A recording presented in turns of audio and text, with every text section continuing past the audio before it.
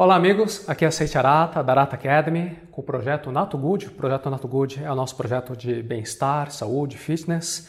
E tenho grande felicidade em trazer aqui para vocês uma pessoa especial, professor doutor José Goldenberg. Professor Goldenberg é professor livre-docente da Universidade Federal de São Paulo de Medicina e também médico do Hospital Israelita Albert Einstein há mais de 40 anos. Professor, que prazer. Prazer é meu e o meu prazer é maior. Poder trazer informações ao seu público tão seleto. Que bom, muito obrigado. E pessoal, olha, eu gostaria muito de começar esse bate-papo, esse que é um vídeo fundamental para você. Nós vamos falar como que você, paciente, pode escolher bem os seus médicos, como é que você tem um bom relacionamento paciente, profissionais da área de saúde. Eu gostaria de começar com duas perguntas até relacionadas, professor.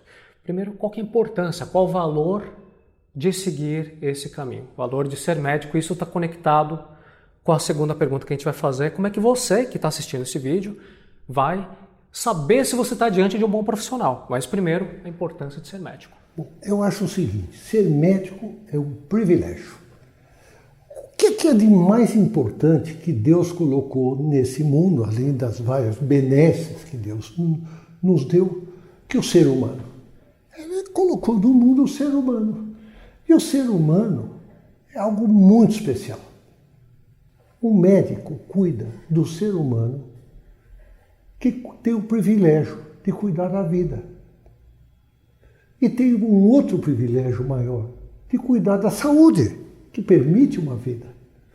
E cuidando da saúde do ser humano em todos os seus aspectos, prevenção, tratamento, reabilitação funcional e restituição à sociedade, é algo fantástico. Ou seja, ele é a mão de Deus. E Deus, não tenho dúvida, que ilumina o médico.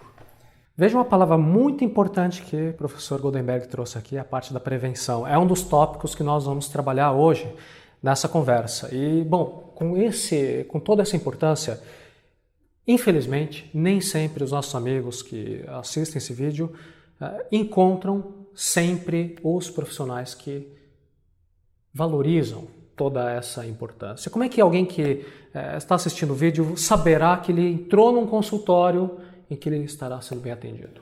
Bom, fundamentalmente, o médico tem que fazer um atendimento competente e humano, respeitando também o paciente. O que significa isso?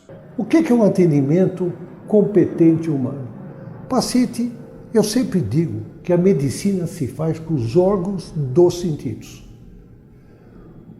Então veja, o paciente entrou, você vai recepcioná-lo, você vai cumprimentá-lo, mas ao mesmo tempo você vai olhar para ele. Quando ele entra, eu vejo como ele entrou. Vejo se ele entrou sorrindo, se ele entrou triste. Vejo se ele está bem arrumado ou mal arrumado. Veja se ele tem autoestima ou não tem autoestima. Vejo quem acompanha ele. Pai, marido, filhos. Para mim isso é fundamental. E ao entrar eu já vou olhando a marcha dele. Será que ele está mancando? Será que ele tem uma escoliose? Ele está torto? Então a consulta começa por aí. Jamais olhar exames antes. Porque o médico trata seres humanos e não trata exames. É algo que nós vamos abordar depois. Com certeza. Da segunda fase é o segundo órgão dos sentidos. Ele tem que ouvir muito e falar pouco. O ser humano tem um privilégio. Nariz de perdigueiro e 2 ouvidos. O ser humano tem uma boca, um nariz e 2 ouvidos. Então, ou seja, ele tem que ouvir o paciente.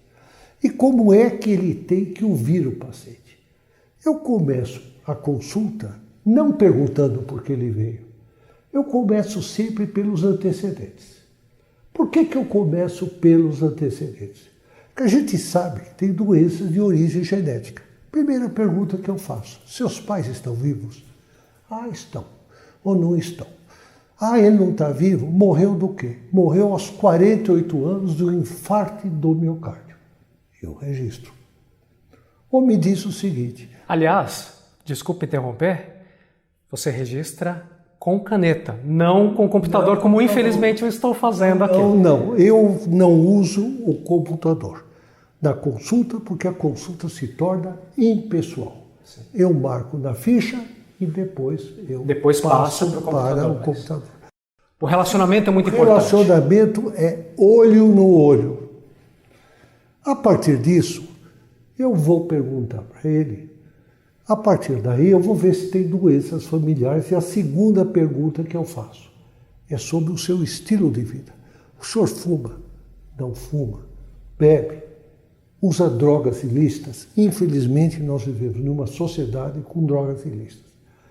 E acaba sendo tabu. Muitas vezes as pessoas não querem falar. Eu pergunto mesmo, pergunto com respeito e procuro orientar e dizer porque eu sou contra a droga. Mas não obrigo ele a nada.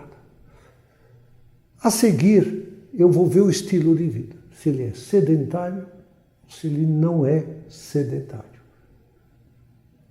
Passando isto, eu pergunto quais são os remédios atuais e os remédios do passado. Por que isso tudo? Porque pelos remédios atuais e pelos remédios do passado, eu já consigo saber quais são os diagnósticos que ele teve. E dentro dessa anamnese, que eu ainda não perguntei por que ele veio à consulta, se ele foi operado ou não. Por que isso é importante? Isto para mim é importante porque ele diz o seguinte: olha, eu fui operado da tireoide porque eu tive um câncer de tireoide. Eu fui operado da vesícula. Eu fui operado do coração, eu coloquei stent. Então eu já sei como é que eu vou fazer a anamnese, como é que eu vou prevenir. Então isto é fundamental. A partir daí, eu pergunto, por que o senhor veio aqui? Aí eu tiro um histórico minucioso atual e procuro complementar nesse histórico um histórico do passado. Nesse histórico, nos antecedentes, uma das coisas que eu faço questão de perguntar é quanto ao trabalho, satisfação com o trabalho, satisfação em casa e uma pergunta que eu faço sempre: você está de bem com a vida? Ah, eu não estou de bem com a vida. Por quê? Senão não. Aí ele diz o seguinte: bom, porque eu não trabalho, eu tenho um marido agressivo, eu tenho um chefe agressivo, ele ignora. Então, dependendo da doença, eu já sei que eu vou tentar ajudar. Mas já me estreitou como eu poderia ajudar ele. Porque a doença não deixa de ser algo familiar. Sim. E isso eu sempre coloco. Se não houver a participação da família, a coisa fica muito complicada. Porque eu sou o coach, eu sou o orientador. Eu oriento e mais que isso, eu procuro me expressar na linguagem bíblica. Sábios, fale uma linguagem que quem está ouvindo entenda. Sim. E se certifique que você foi compreendido. Eu faço questão de me certificar que eu fui compreendido. E explico ao paciente, tintim por tintim. A seguir, eu passo para o exame físico. Antes da gente falar do exame clínico geral, só para recapitular, para que vocês entendam. Existe a importância do histórico do paciente, dos seus antecedentes pessoais, familiares, dos vários aparelhos, psicológicos. Psicológicos inclui tudo. Eu chego nos pais. Eu sempre pergunto a ele: você tem um filho? Você gostaria que o seu filho tivesse um pai como o seu pai? Ou pergunto diferente. Se for um homem, eu pergunto assim: se você se apaixonasse por uma mulher do perfil da sua mãe, você casava com ela? Para o homem, a mesma coisa. Agora, para quem não está entendendo bem o motivo disso, não é por mera curiosidade, por frivolidade. Existe uma intenção clínica. Existe uma intenção clínica disso. Porque existem doenças psicossomáticas e orgânicas que começaram dentro de casa. Então é fundamental eu ter todas as informações antes de eu iniciar o exame clínico. Quando eu vou fazer o exame clínico, eu mando tirar roupa. Não existe esse exame clínico por cima da roupa. Isso não existe. Tira uma chapa e volta aqui. E volta. Você vai ao ginecologista, ele te examina por cima da calcinha ou por baixo da calcinha. Você vai no urologista, ele te examina por cima da cueca ou por baixo da cueca. Então como é que eu vou examinar uma coluna sem tirar a roupa? Como é que eu vou fazer uma palpação sem tirar a roupa? Claro que isso com recato e com o máximo respeito. Com certeza. E com o máximo. Em fazendo o exame clínico geral e o exame específico dos vários aparelhos. O sujeito vem no meu consultório com uma dor do ombro. Ele ganha um exame clínico completo. Porque cabe a mim fazer prevenção. Eu vou tirar a pressão está alta. Bom, eu vou tratar o ombro ou eu vou cuidar da pressão também? Ele veio comigo, ele veio com uma queixa de uma dor abdominal. Se eu não examino, eu não sei se é fígado aumentado, eu não sei se é dor no hipocôndrio, se é dor pelo sigmoide. Então, exame geral, que inclui, inclusive, a ausculta, não só do tórax, como da barriga também. Porque, além do ruído aéreo, quantas vezes eu não detectei um sopro e fiz diagnóstico de aneurisma e preveni que ele pudesse perder a vida. Sim. Agora, isso tudo demanda tempo. Não existe consulta médica inferior a 45 minutos. Isso não existe. O resto é invenção. Ou já te falei que o médico que gosta de ver exame e imagens tem lugares melhores para ir. Em São Paulo, você pode ir à Pinacoteca, você pode ir no Museu de Arte Sacra. Você quer ir para o exterior? Vai até o Louvre. Entendeu? Então existem outros lugares onde se adora imagem. Esse é um problema muito grave. Eu até gostaria de dedicar um tempo especial neste vídeo para que a gente discuta esse grande problema. Mas antes disso, nós completamos então o antecedente, o exame clínico geral. Bom, completando o exame clínico geral, eu converso com o paciente, olha, a chave do seu caso é isto. Explico o raciocínio médico. E aí que eu vou solicitar os exames. Muitas vezes, aí ele trouxe os exames. Então, dessa hora, eu olho os exames. Tem exames que ele fez em lugares que não são de boa qualidade. Eu sou obrigado a mandar repetir em lugares de uma qualidade melhor. Se o exame é adequado, para mim basta. Se não é adequado, eu vou solicitar os exames bioquímicos necessários, dependendo dos exames imunológicos, enfim, exames de imagem, que isso pode ser o raio-x, pode ser o ultrassom, a tomografia ou a ressonância. E nessa hora, dependendo do caso, eu dou uma medicação provisória. E eu digo que é provisória. E termino a consulta dizendo o seguinte, olha, tratar um ser humano é um planejamento contínuo que poderá ser mudado. O meu raciocínio de hoje poderá não ser o raciocínio da manhã. Eu sempre digo, o último médico sempre acerta. Agora, tem uma outra coisa muito importante disso aqui, que a gente está traduzindo para o caso concreto aquelas frases abstratas que a gente escuta por aí. Então você tem que encontrar profissionais médicos que tenham uma abordagem humana. Tá bom, o que significa isso? Entre várias coisas, significa você lidar com alguém que vai te tratar com respeito, que não vai subestimar você. Clínica do professor Goldenberg inclui discutir com o paciente o raciocínio médico e se certificar que você está entendendo qual é a sequência. E mais com isso, quando eu vou medicá-lo, eu negocio com ele o tratamento. E uma das coisas que eu me certifico é a condição financeira dele. Como é que eu me certifico? Pelo emprego, quantos filhos tem, está na escola pública, está pela escola privada, enfim, vivemos no Brasil.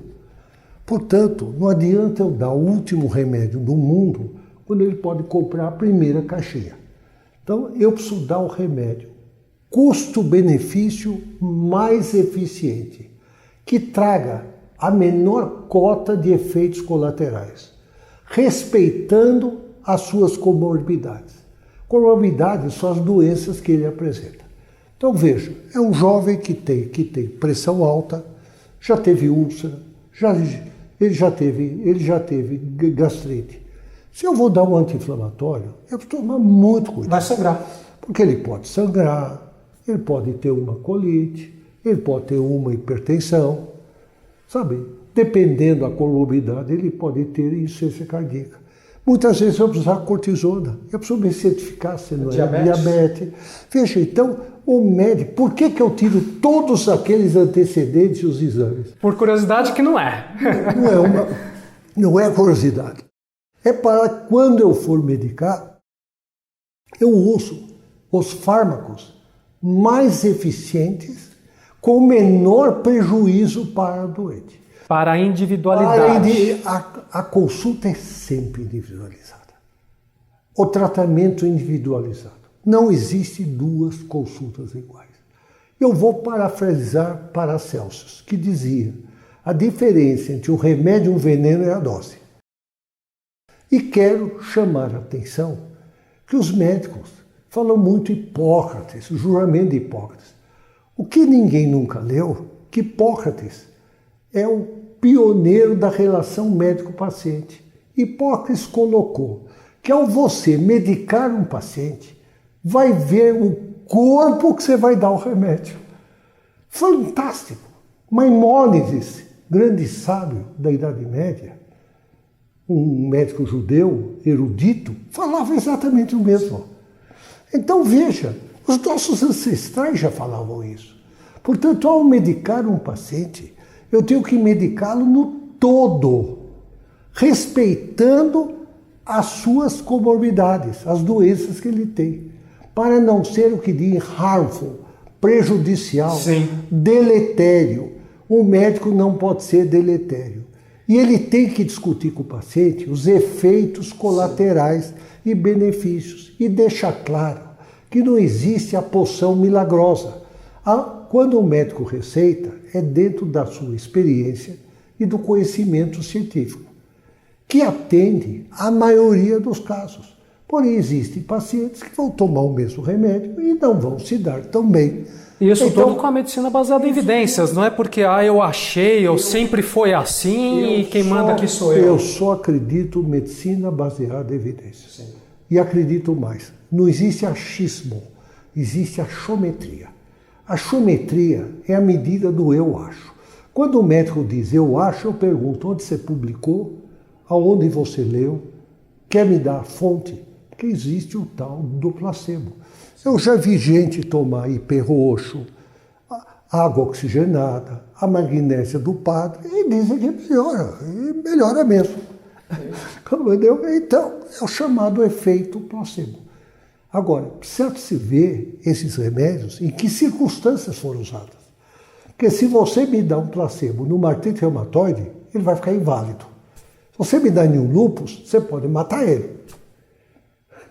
Então, veja, precisa tomar muito cuidado aonde são utilizados esses pacientes. Muitas vezes eu digo, continua com o seu, mas use também o meu. Sim, mas esse também use o meu. Por um lado, a gente tem a questão dos placebos. Do outro lado, o remédio não é balinha. Exatamente. Eu sempre digo o seguinte, remédio não é bala, não é chocolate, não é um bife. O remédio é para te ajudar e procurar te restituir a saúde e, se possível, melhorar a qualidade de vida. Porque existem doenças que não são curáveis, Sim. mas que você pode melhorar a qualidade de vida. Outra coisa que eu faço questão de chamar a atenção do paciente é abolir o cigarro. Eu não tolero o cigarro. Por que eu digo abolir o cigarro? que ele dá mais de 70 doenças diferentes. E eu sempre digo, a fatura sempre chega. É questão de tempo. E outra coisa que eu estimulo o paciente é fazer exercício. Exatamente. Fazer exercícios é fundamental. E ao indicar os exercícios, há algo que eu faço no exame clínico. Eu vou ver se o paciente é hipermóvel. O que é hipermóvel? É aquele que vira cambota, cambalhota, etc. Porque o paciente hipermóvel não tem trava nas articulações. E as articulações têm um defeito de formação da fibra elástica colágena. E é aí que você pode lesar o paciente. Então, tem que ser exercícios indicados para o paciente e não modismos. Porque hoje, infelizmente, temos muito modismos. Sim. Bom, aqui a gente está falando já de um outro tópico, que é o tópico de fatores de risco. Então, por exemplo, a sua idade você não controla. Você não controla também fatores como, por exemplo, a sua bagagem genética. Isso não tem como você controlar. Mas você pode controlar se você vai fumar ou não, se você vai encher a cara, se vai beber ou não, se você vai fazer exercícios físicos ou não. Sobrepeso, né, professor? Sobrepeso. Você tocou num aspecto fundamental, que é a bagagem genética. E eu gostaria de aproveitar a deixa para uma colocação. Nós temos um fenótipo, que é a nossa fotografia. E nós temos um genótipo, que é o que está no gene. Este é calamitoso, que a gente não sabe o que está dentro. Quando você se apaixona por alguém ou você casa, você se apaixona pela fotografia. Sim. E o que pode estar dentro do gene? Pode estar o gene da depressão. Pode estar o gene do hipotiroidismo. Pode estar o gene de uma Coreia de Huntington. Pode ter o gene da doença crônica. Porque quem tem doença crônica tem um perfil psicológico que nós vamos comentar sobre isso. Pode ter o gene da escoliose. Isso tudo você não sabe. Por isso que eu tiro a história. Porque muitas das coisas eu consigo prevenir e individualizar.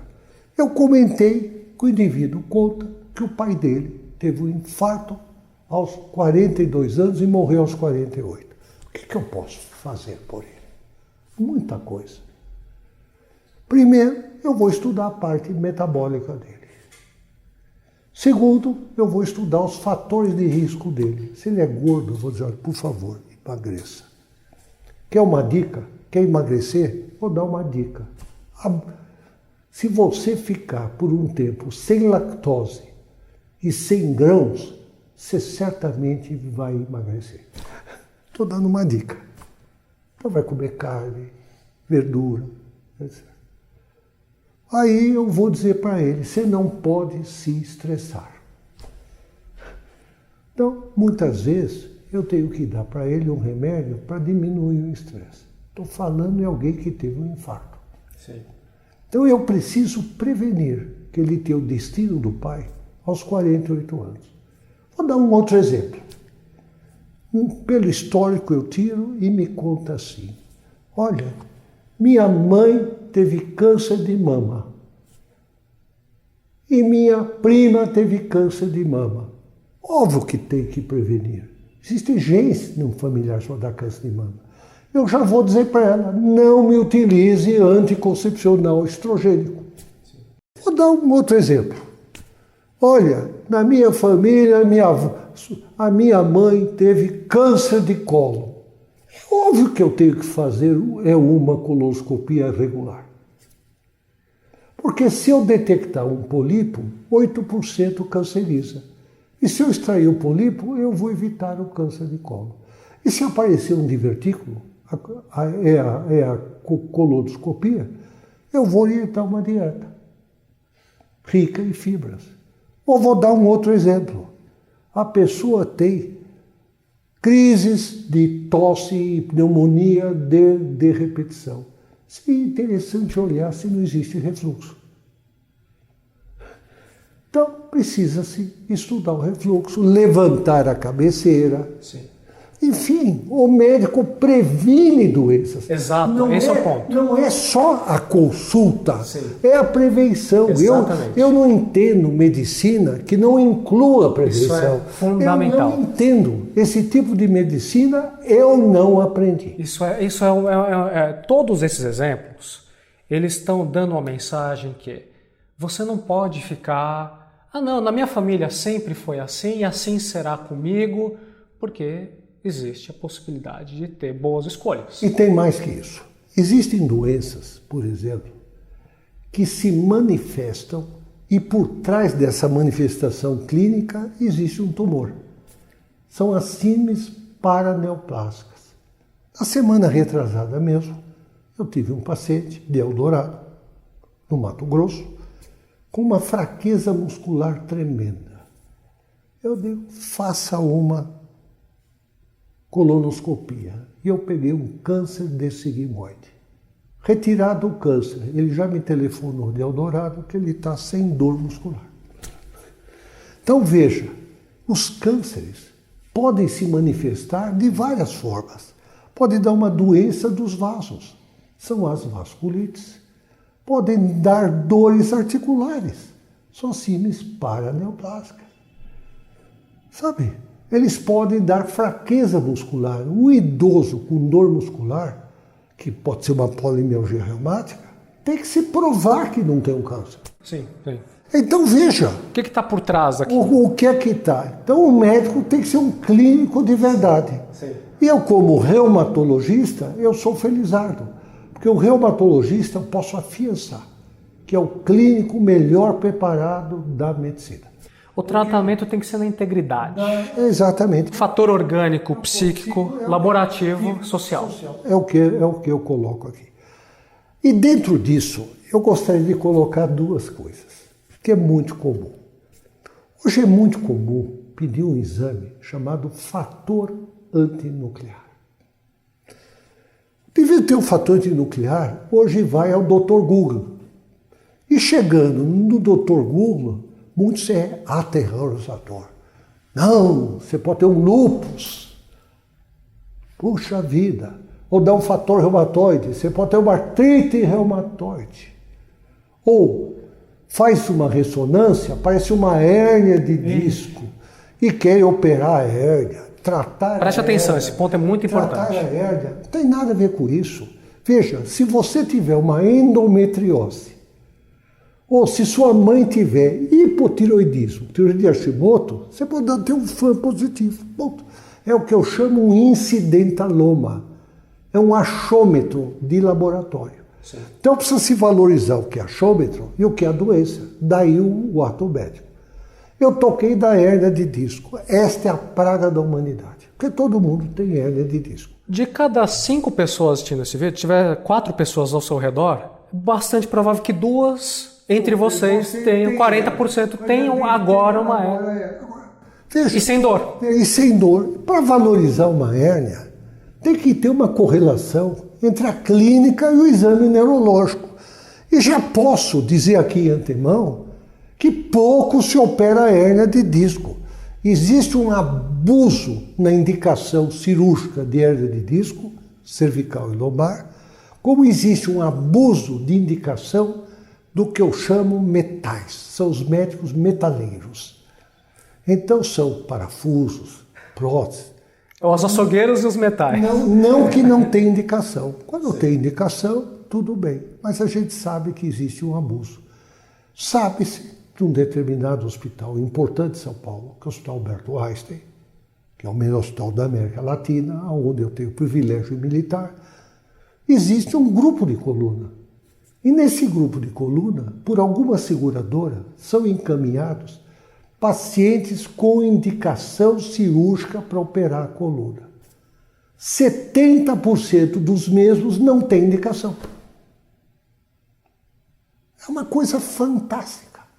Ou seja, o abuso da indicação. Isso não vale só em coluna, isso vale em joelho, porque quanto mais sensível o método, menos específico. Se você fizer uma ressonância em joelho, quem não tem um traço de lesão do menisco? Eu mesmo tenho. Sim. O que eu faço? Emagreci e faço ginástica. Bom, de novo vem toda a ciência que é necessária para os profissionais de saúde de entender falsos positivos, Exatamente. entender os números. Entender falsos positivos, entender falsos negativos, entender os números, saber valorizar o exame, pedir exames, somente os exames necessários. Veja, um laboratório importante em São Paulo, não vamos citar nomes. Quase todo exame lá que eles fazem é tudo normal. 90% dos exames são normais. E mais que isso. Tem determinadas especialidades que eu já vi, não vou citar nomes, pede 40 exames, 50 exames. Eu não entendo nem por... Muitos examinam fio de cabelo, eu não entendo por quê. Mas voltando à questão da hérnia, então para ficar bastante claro, é um ótimo exemplo de um caso em que você encontra uma certa informação, você faz uma falsa relação, você não entende a diferença entre a causação e a correlação, fala, olha, é por isso que você tem tal problema, vamos fazer aí uma operação, sendo que seria algo que poderia perfeitamente ser tratado como uma intervenção puramente... Primeiro, você precisa determinar se a hérnia é a causa real do problema. Em sendo a causa real do problema, quer dizer que hérnia você sempre trata. E na Europa, determinados países, como a Alemanha, a Suécia, só permite cirurgia se você tratar 6 semanas, utilizando todos os fatores de risco de dor de coluna, que são basicamente 6. Primeiro é a idade. A idade depende da genética. Segundo é o tabagismo, porque o disco é irrigado por um capilar. Isto é 5% do risco. Em terceiro lugar é o sobrepeso.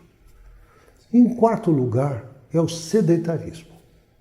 Tem que fazer exercícios. Em quinto lugar é obedecer postura. E quem já teve dor tem 15% de chance de ter dor. E tem o fator emocional. Quantos casos eu não vejo que tem uma hérnia e eu pergunto, deixa eu perguntar, quando você se aborrece, a dor aumenta? A dor aumenta. O que tem que ver a hérnia com o fator emocional? Vou colocar uma coisa que é mais grave. Fibromialgia? 90% das dores cervicais são por problemas de articulação temporomandibular. Bruxismo, né? Que é o bruxismo. Quem tem bruxismo pode ter dor do pescoço, dor de cabeça, fadiga crônica, não dorme direito e está dentro de um perfil psicológico. A maioria dessas pessoas são perfeccionistas, obsessivos, compulsivos, dedicados, vocacionados, se metem aonde não são chamados. Quer resolver o problema de todo mundo, não resolve os próprios e quando contrariados se aborrecem. E isso muitas vezes isso está ligado à ansiedade e à depressão.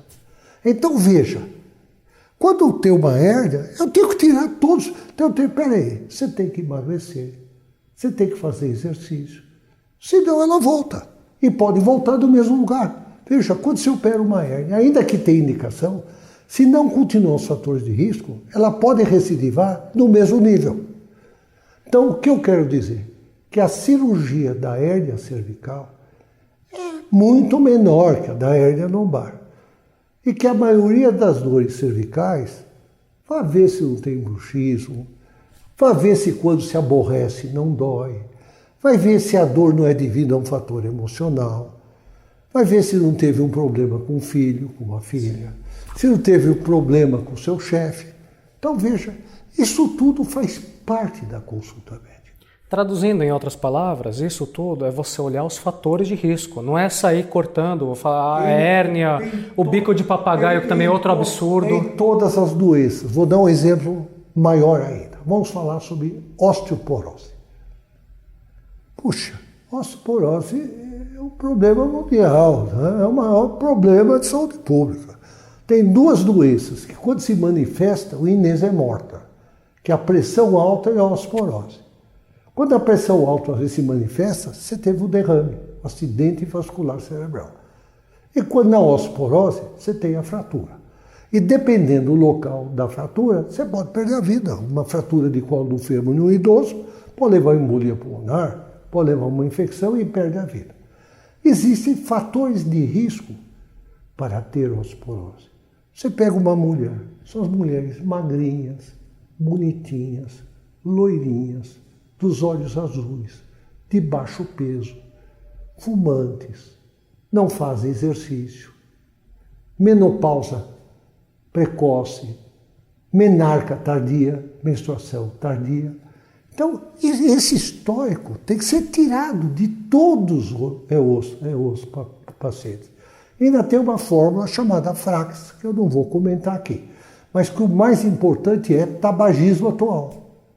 Então, parar de fumar é central em todas as doenças, eu quero dizer. Sim. A gente gostaria de encerrar esse nosso bate-papo, está excelente, retomando a questão da relação médico-paciente. Então, entre os pontos, eu acredito muito que a conscientização é fundamental, porque começamos o vídeo falando quais são os bons profissionais da área clínica, da área médica, diferentes profissionais que vão lhe atender bem, mas o paciente também tem o dever de buscar se informar, de compreender o raciocínio clínico, de se ele não pode adquirir aquele determinado medicamento que está além da condição financeira dele, que ele não tenha vergonha e diga, doutor, isso aqui está pesado, o senhor mandou tomar uma vez por dia, não tem vezes que eu não consigo. Ele tem que ter essa boa comunicação. Eu acho o seguinte, eu sempre digo o seguinte, o médico tem por obrigação satisfazer as ansiedades do paciente e as suas expectativas, dentro do possível. E aquilo que não for possível, ele tem que deixar muito claro as próprias limitações dele e as limitações do paciente. E tem que explicar isso com muita clareza. E se o paciente não estiver satisfeito, troca de médico. Sim, você não é obrigado. Por isso eu sempre falo, os seus médicos. Seus médicos. Veja, eu sempre digo, não existe casamento definitivo. Então não existe casamento definitivo com o seu médico. Casamento definitivo é com seus filhos, é com seus pais. Sim. O paciente, então, ele vai participar do tratamento de todas as fases, do raciocínio. Se não houver a participação do paciente e a aderência do paciente, a consulta está perdida. O paciente perdeu o seu tempo e o médico vai se frustrar, porque ele deu o melhor de si e não foi correspondido. O paciente precisa acreditar no médico, mas o médico precisa acreditar no paciente. Isso tudo acho que a gente pode amarrar o papo de hoje com aquela frase fundamental que é: faz parte do processo de cura o desejo de ser curado. Eu não tenho dúvida disso. Eu não tenho dúvida disso. Faz parte do desejo de cura. Dos seus milhares de casos de sucesso. De que ser curado. Existe um padrão comum. Aliás, eu quero encerrar a consulta com uma frase que eu sempre digo. É poder e querer. Uns podem ficar bons e não querem ficar bons. Uns querem ficar bons e não podem ficar bons. Uns não querem ficar bons e não podem ficar bons. E uns querem e podem. Só vai resolver quem quer e pode. Aliás, quem realmente quer, porque muita gente fala da boca para fora, eu quero, mas no fundo não está disposto. Ele tem que querer, ele tem que poder, ele tem que participar do seu tratamento e levar ao médico as suas angústias. E o planejamento que foi feito, se ele achar que não é adequado, ele deve voltar ao médico e conversar com o mesmo e refazer o planejamento. O médico não é Deus. Ponto. Eu sempre digo isso. Meus amigos, vocês agora sabem porque eu estava com tanto entusiasmo quando fiz a apresentação, professor Dr. José Goldenberg, uma aula maravilhosa. Muito obrigado por tudo que você faz, por compartilhar isso com nossos amigos. Eu que agradeço a oportunidade em divulgar no seu magnífico trabalho que você faz, poder levar à humanidade o conhecimento médico. Obrigado. E o que eu acho que é uma consulta médica. Eu discuti aqui a minha visão da consulta médica. Essa é minha visão.